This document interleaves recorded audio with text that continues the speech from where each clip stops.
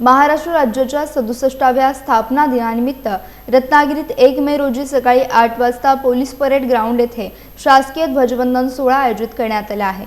या कार्यक्रमाला पालकमंत्री डॉक्टर उदय सामंत प्रमुख उपस्थित राहून ध्वजारोहण करणार आहेत। जिल्हाधिकारी मनोज जिंदल यांनी नागरिकांनी मोठ्या संख्येने उपस्थित राहावं असं आवाहन केले। या कार्यक्रमाच्या नियोजनासाठी जिल्हाधिकारी कार्यालयात बैठक पार पडली।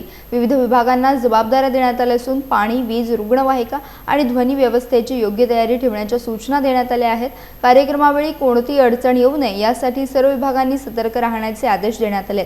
दरम्यान मुख्य शासकीय ध्वजारोहणाच्या वेळेत इतर कोणतेही कार्यक्रम आयोजित करू नयेत अशी स्पष्ट सूचना देण्यात आली आहे। वंदे मातरम, राष्ट्रगीत आणि राज्यगीताच्या शिस्तबद्ध सादरीकरणावर देखील भर देण्यात आला आहे।